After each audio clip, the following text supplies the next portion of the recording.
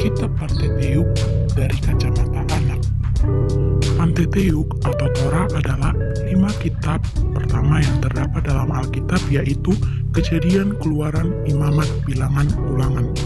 5 kitab ini mempunyai kisah yang saling berhubungan dari Kejadian sampai Ulangan. Kita akan melihat kisah-kisah tersebut mulai dari Kejadian. Check it out. Kejadian 1 diawali dari kisah penciptaan. Allah menciptakan langit dan bumi dan segala isinya. Kemudian Allah menciptakan manusia, yaitu Adam dan Hawa, dan menempati mereka di Taman Eden. Namun mereka tidak menaati janjinya, mereka melanggar peraturan yang ada di taman itu. Tuhan tahu apa yang mereka lakukan, kemudian mereka diusir dari taman itu, akhirnya mereka harus hidup bersusah payah dan menderita. Bagian pertama dimulai di sebuah taman di mana kita bisa melihat kemanusiaan runtuh oleh tindakan menghancurkan diri sendiri. Kisah itu berakhir di Menara Babel di mana manusia-manusia pemberontak diserakkan oleh Allah. Lalu bagian kedua dari kitab Kejadian menyoroti dan berfokus pada satu keluarga. Dan tepat di tengah-tengah, ada kisah yang menghubungkan dua bagian utama kitab Kejadian ini yang membantu kita memahami isinya. Jadi, bagaimana kita beralih dari Menara Babel sampai kepada kisah yang ada di tengah? Nah, setelah peristiwa penyerakan di Menara Babel ada sebuah silsilah. Dan silsilah itu berasal dari salah satu suku yang akhirnya sampai pada satu orang yang bernama Abram. Ia lebih dikenal sebagai Abraham. Allah mulai membuat janji-janji kepada Abraham, seperti Allah akan memberkatinya dan memberinya banyak anak. Allah juga berkata bahwa melalui Abraham dan keluarganya, seluruh bangsa di dunia akan menemukan berkat Allah. Jadi pada dasarnya, Allah sedang mencoba untuk memulihkan kondisi manusia seperti sedia kala, waktu masih berada di Taman Eden, dan mengembalikan manusia kepada tujuan awalnya bagi dunia. Itu seperti rencana penyelamatan kemanusiaan. Itulah sebabnya seluruh bagian kedua dari kitab Kejadian adalah tentang satu keluarga ini. Jadi ada Abraham yang kemudian memperanakkan Ishak, Ishak memperanakkan Yakub, Yakub memiliki 12 anak. Dan kepada setiap generasi, Allah memperbarui janjinya untuk memberkati mereka dan seluruh dunia melalui mereka. Dan karena janji untuk memakai keluarga ini untuk menyelamatkan dunia, maka cukup mudah untuk membaca kisah ini sebagai contoh bagaimana menjadi orang yang baik. Namun sebenarnya, dalam banyak hal keluarga ini tidak menjalankan fungsinya dengan baik. Sebagai contoh, mari kita lihat kisah Abraham. Seluruh kisah ini adalah tentang bagaimana Allah memberi Abraham dan istrinya Sarah sebuah keluarga. Tetapi dalam dua kesempatan yang berbeda, Abraham memberikan Sarah kepada laki-laki lain dengan tidak mengakui bahwa Sarah adalah istrinya. Lalu Sarah menjadi tidak sabar untuk memiliki seorang anak, dan dia membuat Abraham tidur dengan hambanya perempuan, yang kemudian menimbulkan berbagai masalah di dalam keluarga. Mereka menjadi semakin tua dan kita mulai berpikir bahwa mereka tidak akan pernah mempunyai anak. Tetapi secara ajaib, akhirnya mereka memiliki anak. Ialah Ishak. Ishak mempunyai 2 anak laki-laki yang bernama Esau dan Yakub, dan sepertinya semua hal berjalan dengan baik. Tetapi Yakub, anak yang lebih muda, menginginkan warisan keluarga yang sebenarnya merupakan hak Esau, anak yang lebih tua. Lalu Yakub merancang sebuah rencana di mana dia akan mencuri warisan itu dari ayahnya, Ishak, yang ketika itu sudah tua dan buta. Mana ada orang yang melakukan itu? Buruk sekali. Mencuri dari ayahnya yang buta. Ya, dan Yakub melakukannya. Lalu Yakub di kemudian hari memiliki 12 anak laki-laki. Keluarga besar. Tapi Yakub mengasihi anaknya yang ke-11, Yusuf, lebih daripada yang lain. Dan Yakub memberikan jubah istimewa kepada Yusuf. Dan oleh karena hal inilah, saudara-saudaranya membenci Yusuf. Begitu bencinya sampai-sampai mereka berencana untuk membunuhnya. Namun mereka tidak jadi membunuhnya, tetapi mereka menjualnya sebagai budak di Mesir. Selama di Mesir, melalui serangkaian peristiwa yang luar biasa, Yusuf beranjak dari seorang tahanan menjadi orang nomor 2 dalam pemerintahan. Lalu kemudian, di seluruh wilayah Timur Tengah terjadi musibah kelaparan. Dan saudara-saudara Yusuf datang ke Mesir untuk mencari makanan. Dan ketika mereka sampai di sana, siapa yang harus ditemui sebagai penguasa wilayah? Itulah Yusuf, orang yang mereka jual sebagai budak. Namun kenyataannya, dia menyelamatkan mereka dari bahaya kelaparan. Mereka ini adalah cicit Abraham yang telah melakukan tindakan keji kepada saudaranya. Tapi Allah telah mengubah kejahatan mereka menjadi sesuatu yang baik. Tepat seperti itulah yang dikatakan Yusuf dalam paragraf terakhir dari kitab ini. Dia berkata, "Kamu telah mereka-rekakan yang jahat terhadap aku, tetapi Allah mereka-rekakannya untuk kebaikan, yakni memelihara hidup suatu bangsa yang besar." Jadi kata-kata ini menjadi kesimpulan kitab ini karena kata-kata ini merangkum pesan dari keseluruhan kisah sejauh ini. Manusia terus memilih kejahatan dan kita berpikir mereka mengacaukan rencana Allah. Namun Allah terus membalikkan kejahatan mereka menjadi kebaikan. Dan walau bagaimanapun, Allah akan memakai keluarga ini untuk memulihkan kehidupan seperti di Taman Eden. Jadi itulah kitab Kejadian. Tapi, kita masih belum mengetahui bagaimana sebenarnya Allah akan memakai keluarga ini untuk membawa kita kembali ke Taman Eden. Ya, betul. Tapi ini baru kitab pertama saja. Kitab-kitab selanjutnya dirancang untuk menjawab pertanyaan ini. Ini adalah kitab kedua dalam Perjanjian Lama. Kitab ini mengambil alur cerita dari kitab sebelumnya, yaitu Kejadian, yang berakhir dengan kisah cucu Abraham yakni Yakub, yang memimpin keluarga besarnya yang berjumlah 70 orang ke Mesir. Anak ke-11 Yakub yang bernama Yusuf telah diangkat sebagai pucuk pimpinan tertinggi kedua di Mesir. Dia telah menyelamatkan seluruh keluarganya dari bencana kelaparan. Fir'aun, Raja Mesir, memberi tawaran kepada keluarga Yusuf untuk tinggal di Mesir sebagai tempat untuk mengungsi. Akhirnya, Yakub meninggal di Mesir, demikian juga dengan Yusuf dan saudara-saudaranya. Kira-kira setelah 400 tahun berlalu, kisah Keluaran dimulai.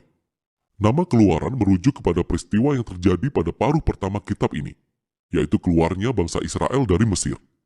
Kitab ini juga memiliki babak kedua yang berlangsung di kaki Gunung Sinai.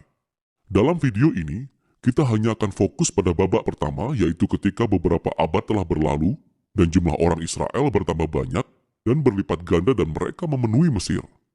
Kalimat ini sengaja mengingatkan kita kembali akan berkat Allah terhadap manusia ketika masih di Taman Eden. Hal ini mengingatkan kita kembali tentang cerita besar Alkitab sejauh ini. Manusia kehilangan berkat Allah oleh karena dosa dan pemberontakan. Lalu Allah memilih keluarga Abraham sebagai alat yang dipakai Allah untuk memulihkan berkat-berkatnya bagi dunia. Akan tetapi, Fir'aun yang baru tidak melihat bangsa Israel sebagai sebuah berkat. Dia justru berpikir bahwa kelompok imigran Israel yang terus berkembang ini merupakan sebuah ancaman baginya. Seperti halnya dalam kitab Kejadian, manusia memberontak menentang berkat Allah. Di sini, Fir'aun berusaha untuk menghancurkan sumber berkat Allah, yakni bangsa Israel. Fir'aun secara brutal memperbudak bangsa Israel melalui kerja paksa. Lalu dia memerintahkan agar semua anak laki-laki bangsa Israel ditenggelamkan di Sungai Nil. Sejauh ini, Fir'aun merupakan tokoh paling buruk dalam Alkitab. Kerajaannya melambangkan pemberontakan manusia terhadap Allah. Fir'aun telah mendefinisikan baik dan buruk menurut kepentingannya sendiri, sehingga tindakan pembunuhan terhadap anak-anak tak berdosa pun merupakan hal yang baik baginya. Mesir telah menjadi bangsa yang lebih buruk dibandingkan Babel dari kitab Kejadian. Sekarang bangsa Israel menjerit meminta pertolongan untuk melawan Babel baru, dan Allah merespon. Allah membalik kejahatan Fir'aun ketika seorang ibu membuang anaknya ke Sungai Nil, tetapi dalam sebuah keranjang. Lalu anak itu mengapung dengan aman sampai pada keluarga Fir'aun sendiri. Ia dinamai Musa, dan dia terus bertumbuh sampai kelak menjadi seorang yang dipakai Allah untuk mengalahkan kejahatan Fir'aun. Dalam sebuah kisah yang sangat terkenal tentang semak yang terbakar, Allah menampakkan diri kepada Musa dan mengutusnya untuk pergi menghadap Fir'aun dan memintanya untuk membebaskan bangsa Israel. Allah berkata bahwa dia tahu Fir'aun akan menolak, jadi dia akan menimpakan penghakiman atas Mesir dalam bentuk tulah. Lalu Allah juga mengatakan bahwa ia akan mengeraskan hati Fir'aun. Jadi kita diperkenalkan pada bagian utama dari kisah ini, pertarungan antara Allah dan Fir'aun. Apa maksudnya ketika Allah mengatakan bahwa dia akan mengeraskan hati Fir'aun? Sangatlah penting untuk membaca bagian kisah ini dengan cermat dan berurutan. Pada pertemuan pertama antara Musa dan Fir'aun, kita hanya tahu bahwa hati Fir'aun menjadi keras. Tidak ada tanda-tanda bahwa Allah lah yang mengeraskan hati Fir'aun. Sebagai respon, Allah menurunkan 5 tulah, masing-masing untuk melawan Fir'aun dan salah satu dewa Mesir. Setiap kali tulah diturunkan, Musa menawarkan kesempatan kepada Fir'aun untuk merendahkan hati dan membiarkan bangsa Israel pergi. Namun setiap kali tulah sudah terjadi, kita mendapati bahwa Fir'aun selalu mengeraskan hatinya atau hatinya menjadi semakin keras. Dia melakukan ini atas kehendaknya sendiri. Baru kemudian ketika 5 tulah berikutnya diturunkan, kita mulai mendengar bahwa Allah lah yang mengeraskan hati Fir'aun. Inti dari kisah ini adalah sebagai berikut. Sekalipun Allah tahu bahwa Fir'aun akan menolak kehendaknya, Allah tetap menawarkan semua kesempatan ini kepada Fir'aun untuk melakukan apa yang benar. Pada akhirnya, kejahatan Fir'aun mencapai titik di mana tidak ada kesempatan lagi untuk berbalik. Maksud saya, bahkan penasihatnya pun berpikir bahwa Fir'aun telah kehilangan akal sehatnya.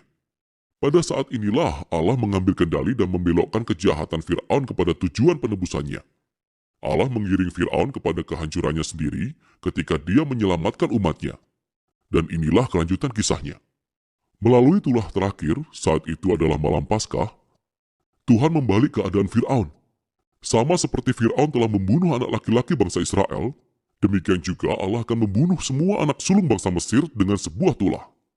Tidak seperti Fir'aun, Allah menyediakan cara untuk menyelamatkan diri melalui darah domba. Di sini, kisahnya berhenti dan kita diperkenalkan secara detail mengenai ritual Paskah tahunan bangsa Israel. Pada malam sebelum bangsa Israel meninggalkan Mesir, mereka mempersembahkan seekor anak domba yang tak bercacat dan menyapukan darahnya pada tiang pintu rumah mereka. Ketika tulah yang terakhir menimpa bangsa Mesir, rumah yang ditandai dengan darah anak domba akan dilewati dan anak mereka selamat.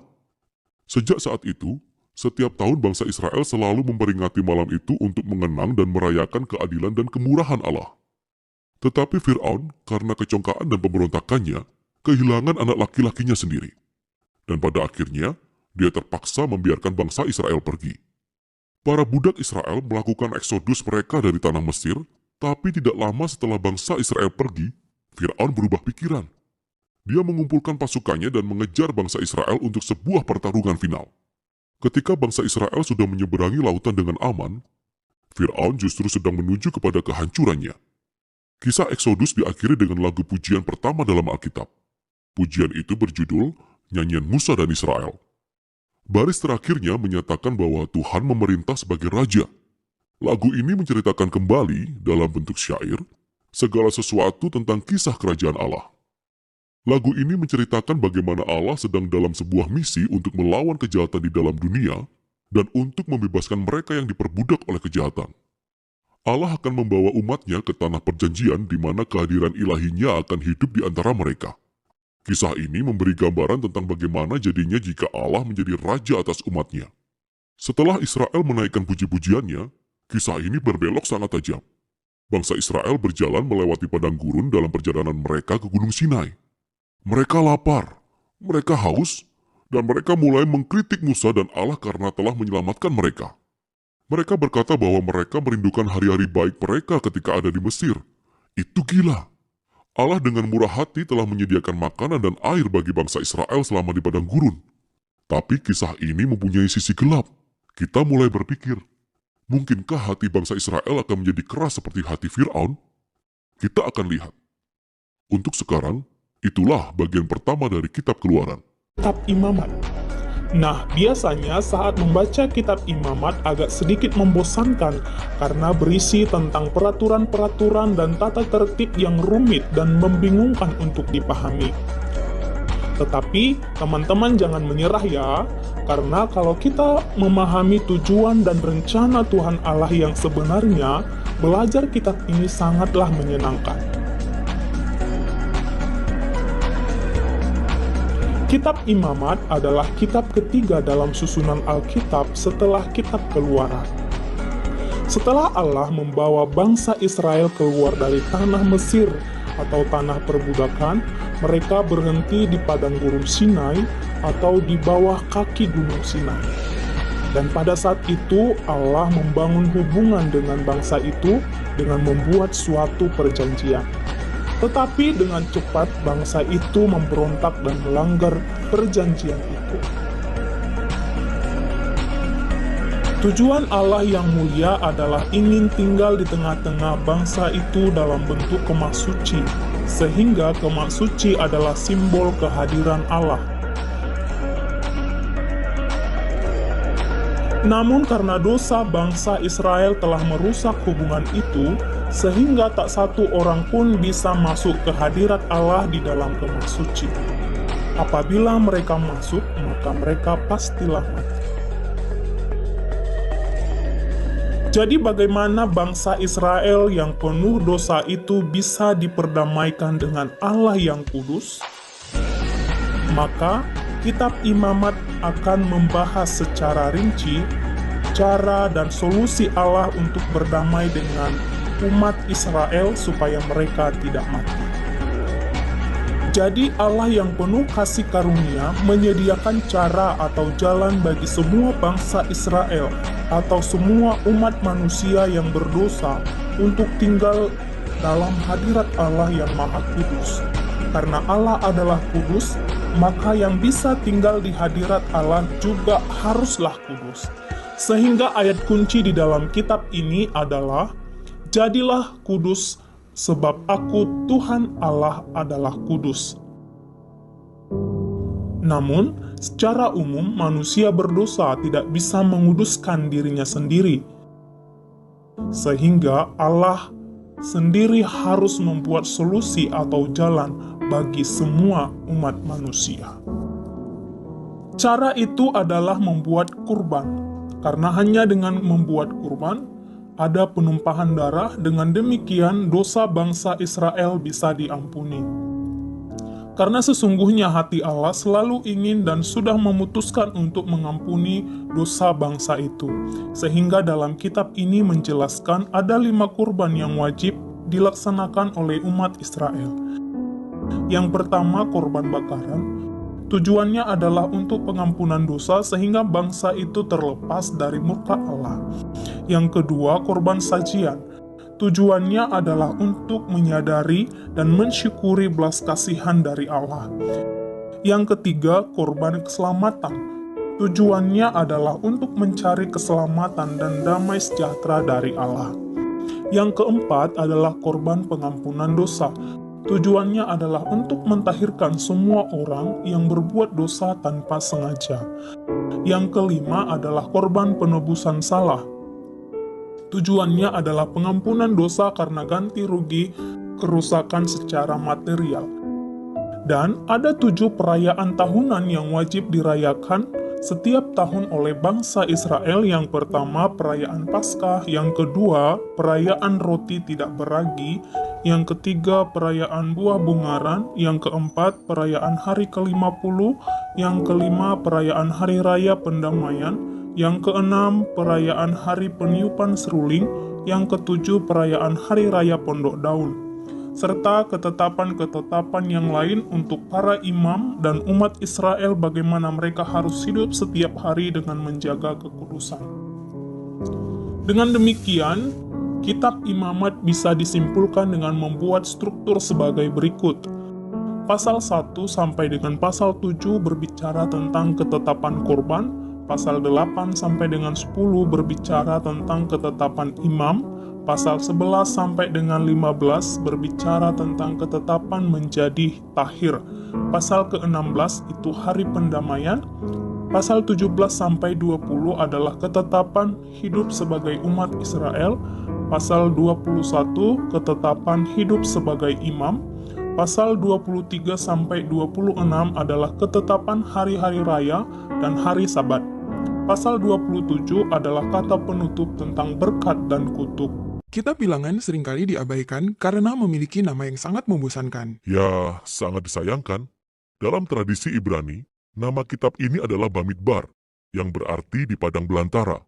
Ini adalah sebuah catatan pelajaran epik tentang pengembaraan bangsa Israel melewati padang gurun dalam perjalanan mereka menuju negeri yang dijanjikan kepada Abraham. Nah, perjalanan ini seharusnya hanya memakan waktu sekitar 2 minggu dengan berjalan kaki. Namun kenyataannya, perjalanan ini memakan waktu hampir 40 tahun. Sangat tidak masuk akal. Itu hampir setengah dari umur seseorang. Ya, ini adalah perjalanan berkemah yang panjang yang memiliki berbagai kisah menarik. Tapi, ingatlah bahwa sangat penting untuk memahami latar belakang penulisan kitab ini. Benar. Nah, kitab ini terbagi ke dalam 5 bagian. Ada 3 lokasi padang gurun yang dipisahkan oleh 2 perjalanan yang menghubungkan semua bagian. Padang gurun yang pertama adalah Gunung Sinai, yang terletak tepat di sini, di peta ini. Dan di bagian kedua, mereka melakukan perjalanan ke suatu wilayah yang disebut Paran. Dan banyak hal yang terjadi di padang gurun Paran. Dan bagian keempat adalah tentang perjalanan bangsa Israel ke Moab. Kitab ini diakhiri dengan sebuah bagian besar yang terjadi di padang gurun Moab, tepat di seberang sungai Yordan dari tanah perjanjian. Melalui semua bagian ini, alur cerita mengalir seperti film dramatis yang mencekam. Nah, semuanya berawal dengan sangat baik, tetapi kemudian perjalanan ini menjadi sangat mengerikan. Semuanya diakhiri dengan sebuah momen penebusan terakhir, sebuah tindakan anugerah Allah yang mengejutkan. Oke, mari kita ikuti kisahnya. Semuanya berawal di padang belantara di Gunung Sinai. Kita menjadi sangat akrab dengan gunung ini. Ya, jika kamu mengingatnya, Israel datang ke sini setelah dari Mesir. Mereka membuat perjanjian dengan Allah di sini, menerima 10 perintah Allah di sini dan membuat kemah suci di sini. Mereka berada di gunung ini selama 1 tahun penuh. Lalu, mereka mengadakan sensus untuk menghitung jumlah penduduk sebelum mereka bersiap untuk pergi. Benar. Dan mereka diberi instruksi tentang bagaimana harus mengatur orang-orang ini di dalam perkemahan. Hadirat Allah ada di dalam kemah suci, lalu suku Lewi dan para imam di sekelilingnya. Lalu kemudian suku-suku yang lain di sekeliling mereka. Dan pola ini merupakan sebuah simbol visual tentang bagaimana hadirat Allah ada di tengah-tengah mereka sebagai sebuah bangsa. Mereka diberitahu bahwa apabila awan hadirat Allah bergerak, maka mereka harus bergegas dan berjalan mengikutinya. Ya, tabut perjanjian diangkut oleh suku Lewi yang berjalan paling depan. Kemudian diikuti oleh suku Yehuda dan suku-suku lainnya. Perintah ini juga merupakan simbol bagaimana hadirat Allah yang kudus adalah pemimpin mereka dan membimbing melalui padang gurun. Kita mengawali bagian kedua dari buku ini dengan antusiasme ketika bangsa Israel meninggalkan Gunung Sinai menuju Paran. Allah menyertai mereka, segala sesuatu sudah diatur, dan ini akan menjadi luar biasa. Namun kenyataannya tidak. Setelah 3 hari saja dalam perjalanan, mereka mulai mengeluh tentang rasa lapar dan haus. Bahkan saudara-saudara Musa mulai mencaci maki Musa di hadapan orang Israel. Itu bukan sebuah awal yang baik. Lalu kita sampai pada bagian ketiga, Gurun Paran. Disinilah mereka mengirim 12 pengintai untuk mengintai tanah perjanjian. 2 dari para pengintai itu kembali, dan mereka sangat optimis. Tetapi 10 pengintai lainnya sangat ketakutan, dan mereka tidak percaya kepada Allah. Mereka kembali dan berkata, kita akan dibinasakan di sana. Lalu mereka memulai pemberontakan. Mereka berusaha menunjuk pemimpin baru yang akan membawa mereka kembali ke Mesir. Pada intinya, mereka menolak untuk masuk ke tanah perjanjian, dan Allah menghargai pilihan yang mereka buat. Allah berkata bahwa generasi ini akan mengembara selama 40 tahun dan akan mati di padang gurun. Hanya anak-anak mereka yang akan masuk ke tanah perjanjian. Kisah ini diangkat berkali-kali di dalam Alkitab oleh penulis yang berbeda-beda. Ya, dan itu selalu disuguhkan sebagai pengingat bahwa meskipun Allah setia pada umatnya dan janji-janjinya, namun dia tetap menghormati pilihan mereka. Allah akan membiarkan mereka menyia-nyiakan hidupnya jika mereka memilih untuk hidup dalam pemberontakan. Oke, jadi sejauh ini perjalanan ini telah menjadi sebuah bencana. Dan bertambah buruk di dalam bagian keempat, yaitu ketika mereka berjalan menuju Moab. Bahkan Musa mengalami saat di mana dia memberontak dan tidak diperbolehkan untuk memasuki tanah perjanjian. Kemudian ada pemberontakan lainnya di antara umat Israel yang mengakibatkan adanya serangan ular. Dan yang membuat semua pemberontakan ini semakin buruk adalah bahwa dalam setiap langkah, Allah selalu mencukupkan kebutuhan mereka. Dia senantiasa menawarkan pengampunan. Dia memberi mereka makan dan minum, dan sesuatu yang aneh yang disebut mana. Iya, apa itu mana? Ya tidak tahu. Apapun itu, yang pasti mereka tetap menggerutu. Mereka berkata, andai saja mereka mati dalam perbudakan di Mesir. Jika saya adalah Tuhan, maka saya sudah menyerah dengan orang-orang ini. Menurut kita begitu. Tapi itulah yang membuat akhir kisah ini sangat mengejutkan. Israel baru saja sampai di Moab. Dan Raja Moab ketakutan bahwa sekumpulan besar orang-orang ini akan berjalan melewati wilayahnya. Sehingga dia memanggil seorang penyihir yang bernama Bileam untuk mengutuki mereka. Bileam bersungguh-sungguh dengan apa yang dia katakan. Ya, jadi Bileam berkata, "Oke, saya akan berdoa kepada Allah Ibrani. Mari kita lihat apa yang akan terjadi." Sebanyak 3 kali Bileam mencoba untuk mengutuki bangsa Israel. Namun hanya berkat yang keluar dari mulutnya. Yang paling mengejutkan adalah saat ucapan berkatnya yang terakhir. Bileam menubuatkan bahwa dari bangsa Israel akan muncul seorang raja yang hebat. Dan raja ini akan ada hubungannya dengan janji Allah kepada Abraham untuk memberkati seluruh bangsa melalui keluarganya. Di sini, bangsa Israel sedang memberontak. Sama sekali tidak menyadari bahwa di atas gunung, Allah sedang melindungi dan bahkan memberkati mereka. Kitab ini berakhir di Moab. Bangsa Israel bersiap untuk memasuki tanah perjanjian. Mereka mengadakan sensus lagi, sama seperti di awal. Mereka meninggalkan generasi yang tua, termasuk Musa. Namun sebelum mereka meninggalkan Musa, Dia memberikan pesan terakhir yang berisi peringatan dan hikmat. Dan pesan tersebut yang akan dibahas dalam kitab selanjutnya yaitu kitab Ulangan. Ulangan adalah kitab kelima di Alkitab dan kitab Taurat yang terakhir. Setelah keluar dari Mesir, bangsa Israel berada di Gunung Sinai selama 1 tahun, masuk ke dalam perjanjian dengan Allah mereka. Dan mereka melewati perjalanan yang penuh petaka melalui padang gurun. Dan generasi yang keluar dari Mesir mendiskualifikasi diri mereka sendiri untuk memasuki tanah yang dijanjikan kepada Abraham.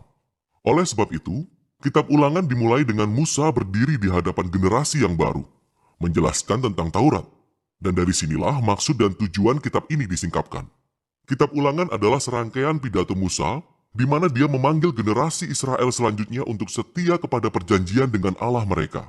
Di tengah kitab ini terdapat kumpulan hukum-hukum yang merupakan syarat-syarat perjanjian antara Allah dan Israel. Beberapa hukum adalah baru, tetapi lebih banyak yang diulang dari hukum-hukum yang diberikan sebelumnya di Gunung Sinai. Dan dari situlah sebenarnya nama kitab ini diambil. Dari kata Yunani, Deuteronomion, yang berarti hukum kedua. Adapun hukum-hukum ini diapit oleh 2 bagian luar dari pidato Musa. Masing-masing dibagi lagi menjadi 2 bagian.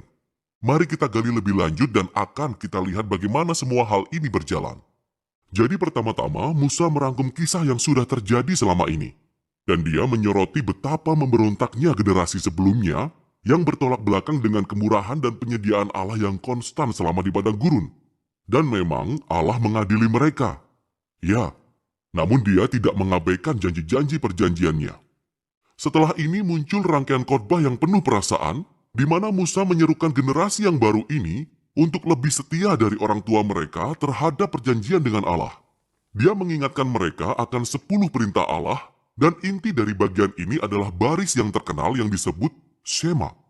Musa berkata, "Dengarlah hai orang Israel, Tuhan itu Allah kita, Tuhan itu Esa. Kasihilah Tuhan Allahmu dengan segenap hatimu, dan dengan segenap jiwamu, dan dengan segenap kekuatanmu." Ini menjadi doa sehari-hari orang Yahudi yang sangat penting, dan ini mencakup keseluruhan tema kitab ini. Jadi kata dengarlah atau Shema dalam bahasa Ibrani artinya lebih dari sekedar mendengar, tetapi termasuk juga meresponi apa yang didengar, atau dalam bahasa Indonesia kita sebut taat. Dan kata kasihilah dalam bahasa Ibrani juga berarti lebih dari sekedar sebuah emosi atau perasaan. Ini adalah sebuah keputusan dari pengabdian sepenuh hati kepada Allah yang melibatkan kehendak, emosi, pikiran, dan hati kita. Bagi bangsa Israel, ketaatan dan pengabdian mereka kepada Tuhan menjadi suatu tujuan yang lebih besar lagi. Ketaatan kepada hukum-hukum akan menjadikan Israel sebuah bangsa yang istimewa di antara bangsa-bangsa, seperti yang dikatakan Tuhan di Gunung Sinai. Mereka akan menjadi kerajaan para imam, dan sekarang Musa menyampaikan caranya. Israel mendapatkan kesempatan itu dengan mengikuti hukum-hukum untuk menunjukkan hikmat dan keadilan Tuhan kepada seluruh dunia. Makna inti Shema lainnya adalah bahwa Israel dipanggil untuk taat dan mengabdi hanya kepada Tuhan. Atau secara harfiah dalam bahasa Ibrani yaitu, Tuhan adalah Esa. Makna sesuai konteksnya adalah bahwa Tuhanlah satu-satunya Allah yang Israel harus sembah dan taati. Israel hendak memasuki tanah Kanaan, tempat di mana orang-orang menyembah berhala yang melambangkan semua aspek berbeda dari ciptaan, matahari, cuaca, atau seks, dan perang. Dan menurut Musa, menyembah para ilah ini merendahkan manusia dan menghancurkan masyarakat. Akan tetapi, menyembah Allah Israel yang adalah pencipta dan penebus akan menuntun kita kepada hidup dan berkat. Jadi kita sampai pada kumpulan besar hukum-hukum di pertengahan kitab ini, dan kurang lebih hukum-hukum itu diatur berdasarkan topik. Bagian pembukaannya adalah mengenai penyembahan bangsa Israel kepada Allah mereka. Mereka hanya boleh memiliki satu tempat ibadah, di mana hanya satu Allah yang disembah. Dan juga Allah harus disembah melalui kepedulian Israel kepada orang miskin di antara mereka. Sebagai contoh, semua orang Israel diwajibkan mengkhususkan 1/10 dari pendapatan tahunan mereka untuk diberikan ke bait Allah. Namun 1/10 lainnya dikhususkan setiap 3 tahun sekali dan diberikan kepada orang miskin. Dan jenis-jenis hukum semacam inilah yang membuat Israel menjadi pelopor keadilan dibandingkan dengan negara-negara tetangga mereka pada masa itu. Dan ini semua terikat dengan penyembahan mereka terhadap Allah. Bagian selanjutnya menguraikan kualitas karakter pemimpin Israel. Jadi para penatua, imam, raja, Semuanya berada di bawah otoritas hukum perjanjian yang menurut Allah akan ditegakkannya dengan mengirimkan para nabi untuk menjaga akuntabilitas para pemimpin. Ini berbeda dengan para tetangga Israel, di mana para raja dianggap sebagai Tuhan dan hukum di dalam dan dari diri mereka sendiri. Para pemimpin Israel berada di bawah hukum dan para nabi. Selanjutnya adalah sebuah bagian besar berisi hukum-hukum tentang kehidupan bermasyarakat bangsa Israel, yakni peraturan mengenai pernikahan, keluarga, bisnis, dan juga tentang keadilan sosial. Mengenai sistem hukum mereka dan bagaimana itu harus melindungi para janda, anak yatim, dan imigran. Dan kemudian, semua ini ditutup dengan peraturan-peraturan tentang penyembahan. Berikut ini beberapa tips untuk membaca semua hukum ini. Ingat, pertama-tama, semuanya merupakan syarat-syarat perjanjian Sinai yang diberikan khususnya untuk bangsa Israel zaman itu, yang hidup pada budaya yang sangat berbeda dengan budaya kita. Sehingga yang kedua, tidak ada gunanya membandingkan hukum-hukum ini dengan hukum-hukum modern dari budaya yang sangat berbeda. Sebaliknya, hukum-hukum ini diberikan untuk mengkhususkan Israel, sehingga kita perlu membandingkan hukum-hukum ini dengan hukum-hukum para tetangga Israel, seperti di Asyur atau Babel. Dan ketika kita melakukan hal ini, maka mendadak hukum-hukum yang sepertinya keras atau aneh menjadi jauh lebih jelas. Bisa kita lihat bahwa Allah mendorong Israel ke level keadilan yang lebih tinggi daripada yang pernah diketahui sebelumnya. Dan yang terakhir, cobalah untuk memahami prinsip-prinsip utama dari hikmat dan keadilan apa yang mendasari hukum tertentu, dan akan kita temukan hal-hal yang besar. Jadi ini ada tugas tambahan. Lihatlah bagaimana Rasul Paulus melakukan persis hal ini dalam suratnya yang pertama ke Jemaat Korintus, pasal 9 ayat 9. Dan dia mengutip satu hukum dari kitab Ulangan, pasal 25 ayat 4. Ini sungguh menarik. Nah, kembali lagi ke Musa. Setelah dia menyampaikan seluruh hukum, dia memberikan tantangan terakhir bahwa bangsa Israel harus mendengarkan dan mengasihi Allah mereka. Pertama-tama, dia memberikan peringatan dan ultimatum. Jika Israel mendengarkan dan menaati Allah mereka, semuanya akan berjalan dengan luar biasa, banyak berkat ilahi. Namun jika mereka tidak mendengarkan dan memberontak, kelaparan, wabah, kehancuran, dan akhirnya pengasingan dari tanah yang mereka diami. Dan kemudian, Musa memaksa mereka mengambil keputusan. Katanya, aku menghadapkan kepadamu pada hari ini, kehidupan atau kematian, berkat atau kutuk, keberuntungan atau kecelakaan. Jadi pilihlah kehidupan dengan mengasihi Tuhan Allahmu dan mendengarkan perintahnya.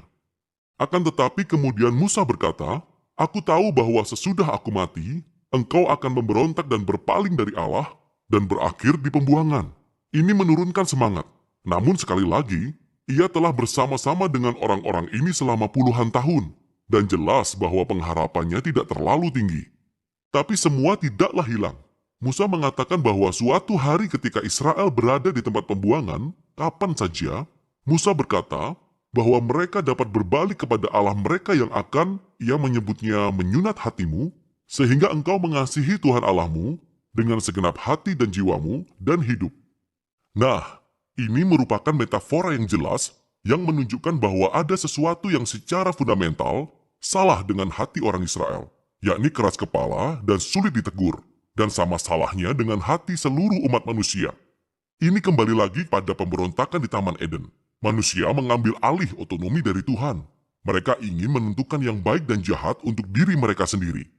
Dan sebagai hasilnya, mereka telah menghancurkan dunia ciptaan Allah yang baik.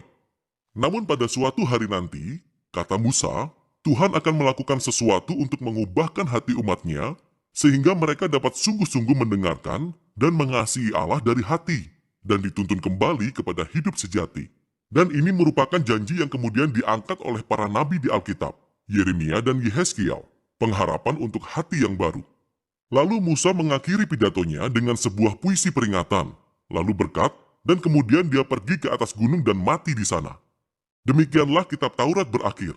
Semua ketegangan alur utama dari kisah Alkitab sudah pada tempatnya, namun yang tersisa benar-benar belum terpecahkan. Jadi, kapankah keturunan si perempuan akan datang dan mengalahkan kejahatan? Atau bagaimana Allah akan menyelamatkan seluruh dunia dan memberkati bangsa-bangsa melalui keluarga ini? Dan bagaimana kekudusan Allah didamaikan dengan umat yang terus-menerus memberontak?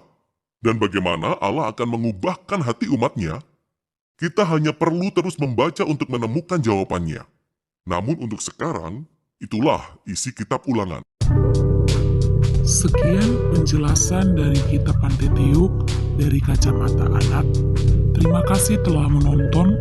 Tuhan Yesus memberkati.